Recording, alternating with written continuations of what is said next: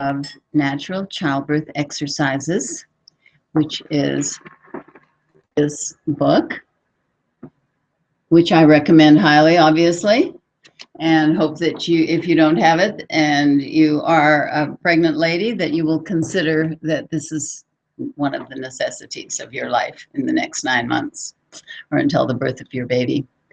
I also have a website. It is naturalchildbirthexercises.com, where you will find all sorts of information about me and about exercising for childbirth and about childbirth in general. My blog is available on the website. My book is available on Amazon.com. And just get all the business out of the way right now. If you have my book or are getting it and have read when you have read my book, I would be forever in your debt if you would write me a review on Amazon. It seems to be a way of getting yourself and your book out there. So I would really appreciate that greatly. My topic today is natural childbirth in a nutshell. And that means I'm going to give you the really simplified version. And I think if you understand what it is you're doing with childbirth, it will help you a lot in maintaining your desire to have a natural birth. Now, if you don't want to have a natural birth, you could still benefit greatly by the exercises that I have in my book and the preparation that I recommend. You know, it is still you and your body that are going to produce this baby. And nobody knows better than you how it's going and what's happening. So why not prepare yourself for a knowledgeable experience? And if you aren't interested in keeping drugs out of your body and your baby's body, I'd like to change your attitude on that. But it is, after all, going to be your decision. So let's talk about what the body is really trying to do. And what natural childbirth is simply working with your body instead of fighting against it. And unfortunately, our tendency tends to be the fighting against. So it takes some preparation and some willpower and some huge amount of intent that you will do this to be able to have that happen.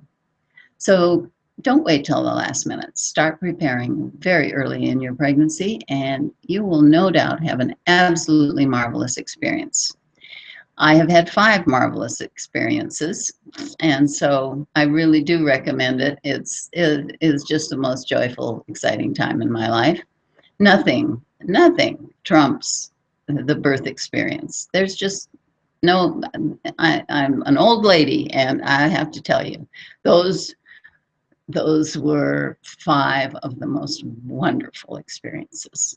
So I hope that you will join me in that and agree with me. Okay, to simplify it, I've broken it down into 2 things.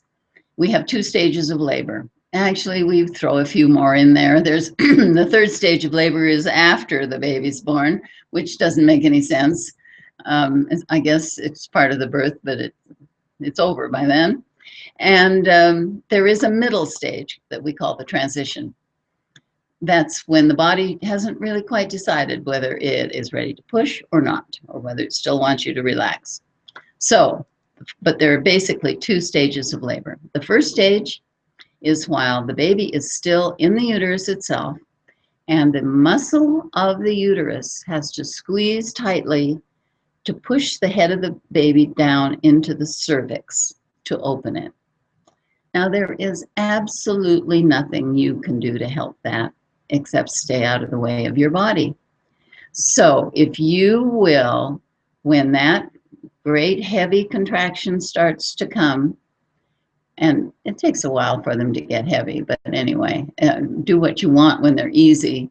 But as they get heavy, when that happens, you abdominal breathe and you relax totally. Now we're going to learn about abdominal breathing because I can teach that with a headshot. But the relaxation I will save for another video, because you really do have to have a full body shot for that.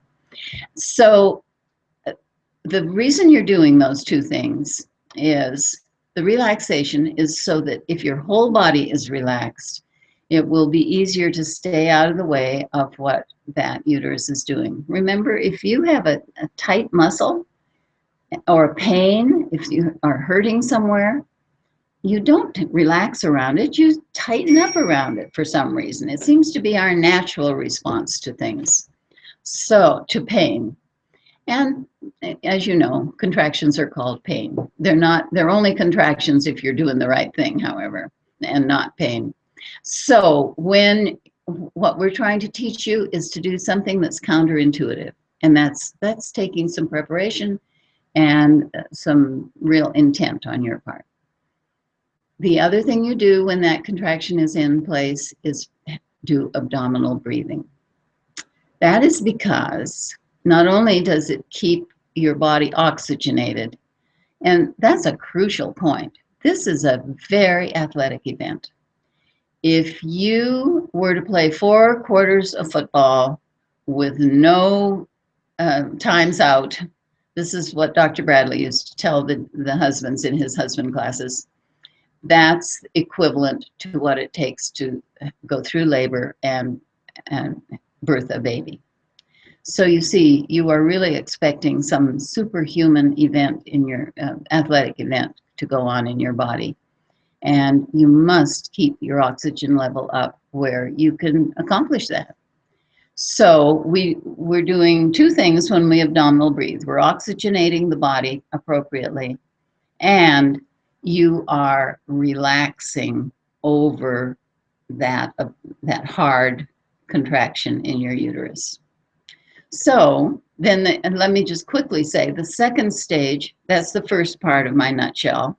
The second part of my nutshell explanation of natural childbirth is the second stage.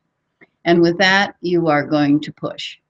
You really can't help but push. Your body assists you in knowing what to do in that regard. And what we need to learn how to do is not the pushing, which you've been doing your whole life since day one. You have been pushing things out of your bowel. Well, this is a very close to the bowel spot. And so you are using the same muscles as you would have done all your life. So we don't need to prepare those muscles, but we do need to prepare the perineum to stretch. And a squat is the best way of creating that space for the baby to actually come out of the birth canal and into the world. Squatting is what is necessary to learn for the second stage of labor. Then we will talk about breath holding in that regard too, because you need long enough with those breaths. But I will reserve that too for another session. So another video. So with abdominal breathing, let's just do it together because it's really simple. It's really simple, but a lot of us don't do it. And that is lean back in your chair a little bit, way back if you can. And you can do this lying down, standing up, sitting, however you want. But this is a good way to learn it. Put your hands low on your abdomen, really down as far as the pelvic bone in front of your pelvis. And then prepare to take a nice, long, deep breath. And when you do that, your abdomen will rise. Now, you know you're not breathing air into your abdomen, right? That's just kind of, we talk about abdominal breathing, but it's only that the abdomen is doing the movement. So as you breathe in, your abdomen will rise. And then when you have your lungs as full of air as you can get them, then you just slowly let it out again.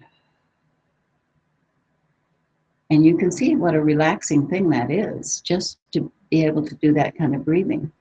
So let's take a breath in. And then out again.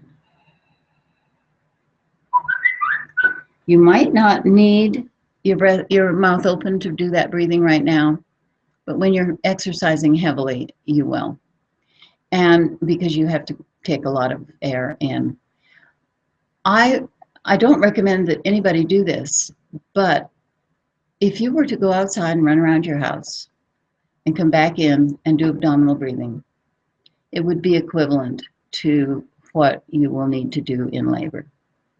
But that, I only tell you that as an explanation. And because when you run around the house, you're out of breath and really need to oxygenate your body. So that's the reason it would be similar. Now, when you breathe that way, you can't be pushing your abdomen up. What's happening is, as your lungs fill, the diaphragm pulls down, and that presses down into the abdominal area, and that's why your breath pushes your tummy up. As you're doing that, it's getting the abdominal wall, which is a heavy muscle in itself, away from the uterus, which is an enormous muscle. So you're keeping those two muscles from fighting, which I just explained would really make it hurt. And if you don't believe me, you try it in labor, and one time will make a believer of you. It is, everything we do in natural childbirth is because it makes sense. And so if you will just follow the precepts of it, and I've explained this all in such detail in my book that I would really like it. If you like this concept at all, I hope you will get my book, write a review of it on Amazon, and that you will follow the whole general course of what I'm giving in the book, which is very hard to do in a short talk. So if you are interested in this, I hope you'll check me out on the website. I do have the abdominal breathing exercises in the free chapter that I'm giving. And so that will help you learn how to do the abdominal breathing. The other thing on the squatting, that is hard to show, and I can't do it with my hands to demonstrate it. But in chapter 6 of my book, it gives the details of how we do it while we're pregnant, especially. But technically, you are just stretching open the perineum. You're putting your knees up into your arm pits, and then if you sort of lean forward, you will get the balance. Balance is what makes it hard. Try to keep your heels on the floor. That will stretch your perineum a little bit more. And you need to do this early in pregnancy because it's not easy and not fun when you're 9 months pregnant and there's an awful lot of baby down there you have to get around. You don't necessarily labor that way, but you can, and certainly in birth centers and in home births, frequently it's used as a method of getting the labor to move along a little more swiftly. So in the hospital, you will probably be tilted up on your bed, and then you pull your knees up and push with each contraction. You know, contractions are always intermittent. They'll come for up to a minute and a half. 2 minutes would be a hugely long contraction. Then you have a space in between. And I'm telling you this because some women don't even recognize that. They're in such disbelief, I guess, of what's going on in their body that all they feel is that they've had one long contraction for hours and hours and hours. And that is not what's going on. It comes, it lasts for as long as it's going to last, and you can't change that, and then it goes away. And that's a time for you to breathe any way you like, move around a little bit, get comfortable again, and get ready for the next one to come. And then get right into your breathing and your relaxing, and you will have a very easy birth.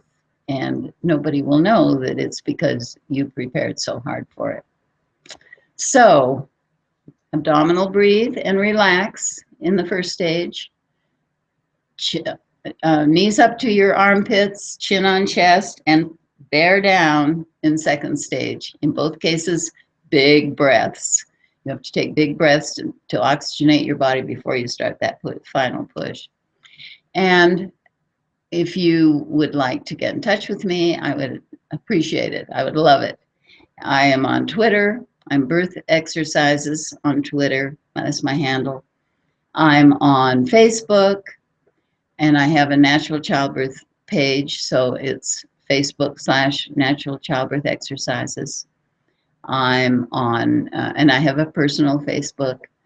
You can reach me almost anywhere. I'm on LinkedIn.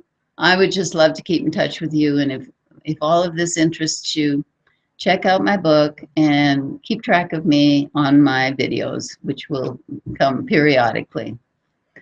Bye for now, and lots of luck with your pregnancy.